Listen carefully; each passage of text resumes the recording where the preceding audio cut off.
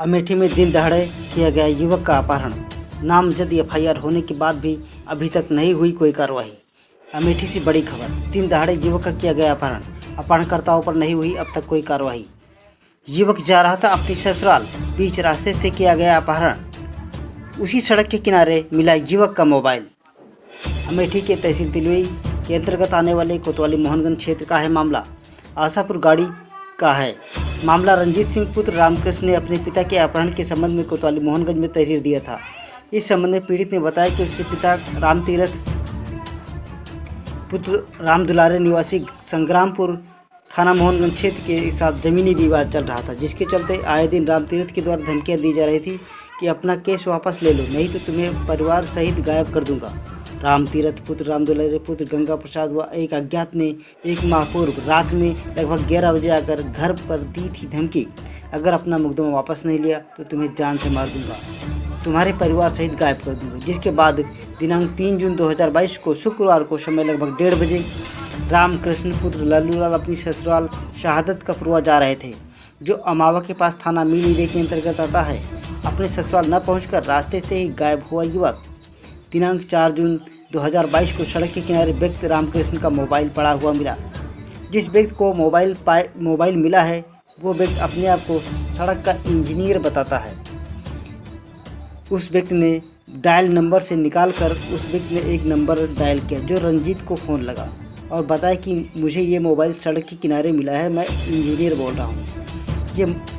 उसके बाद रंजीत ने थाने पर कोतवाली मोहनगंज में लिखित तहरीर दी है, लेकिन अभी तक इस संबंध में कोई कार्रवाई नहीं हुई। आपको बताते चलें कि रंजीत निवासी आशापुर गाड़ी ने अपने पिता के संबंध में अपहरण का केस दर्ज करने के लिए नामजद तहरीर दिया था, लेकिन कोतवाली मोहनगंज के अंतर्गत प्रति द्वारा दी गई एप्लीकेशन के आधार पर तहरीर न दर्ज करके उसे लापता के संबंध में अपने घर से जाने के संबंध में तहरीर दर्ज की गई है।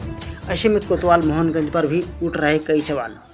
क्या अपहरणकर्ताओं से मिल गई ही मोटी रकम जो तहरीर से उनका नाम हटाया गया है? ऊपर से कोतवाली मोहनगंज क्षेत्र की थाना पुलिस द्वारा तहरीर देने वाले को कार्रवाई करने के बजाय उसको उल्टा ही धमकी दी जा रही है कि अपने पिता को ढूंढ के लाओ, नहीं तो तुमको 302 के केस में अंदर कर दूंगा। यह है कोतवाली मोहनगंज पुलिस का रवैया, जिससे अपराधी बेखौफ हो रहे हैं, आज़ाद घूम रहे हैं। उसके बावजूद भी नहीं हुई अब तक कोई कार्रवाई। रामकृष्ण का अपहरण के बाद उसके साथ क्या हुआ, वो जीवित है या उसकी हत्या हो चुकी है, इस संबंध में अभी तक कोई खुलासा नहीं हुआ। आपको बताते चले कि रामकृष्ण पुत्र लल्लू राम निवासी आशापुर गाड़ी का रामतीरथ निवासी संग्रामपुर के साथ जमीनी विवाद चल रहा था। रामतीरथ ने रामकृष्ण सैनी की ज़मीन को धोखे से अपने नाम करवा लिया था, जिसका मुकदमा लखनऊ में चल रहा था। मुकदमा रामकृष्ण के पक्ष में आने वाला था, यानी रामकृष्ण मुकदमा जीतने वाले थे। तभी अचानक हुआ कुछ ऐसा कि विपक्षी द्वारा उस व्यक्ति को ही गायब कर दिया गया।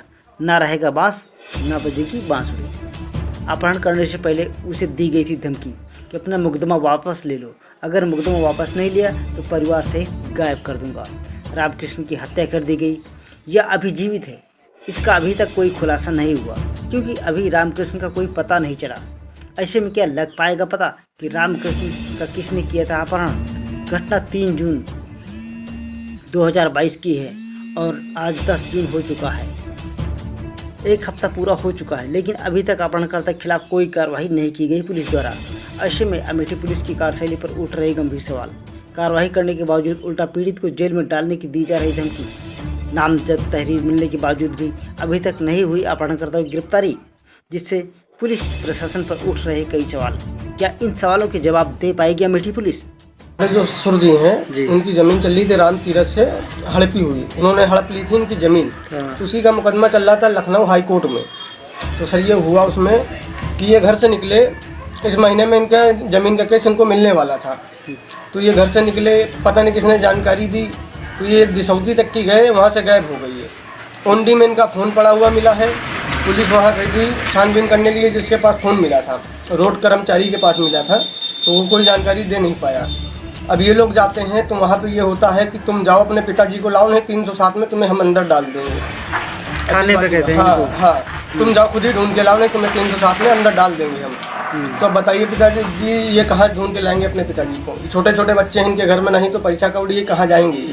कोई सुनवाई हो नहीं रही है। जमीन का कैसे क्या मामला था कि जमीन का मसला ये था कि इनके पिताजी की 9.5 बीघा जमीन थी, तो हड़प ली गई है। अब वो किस पैसे के दम पे है कि डराव के दम पे है, किसी के दम पे, ये कुछ ज़्यादा जानकारी नहीं है हमें, बस इतनी जानकारी है कि ज़मीन का केस चल रहा था इनकी 9.5 बीघा का।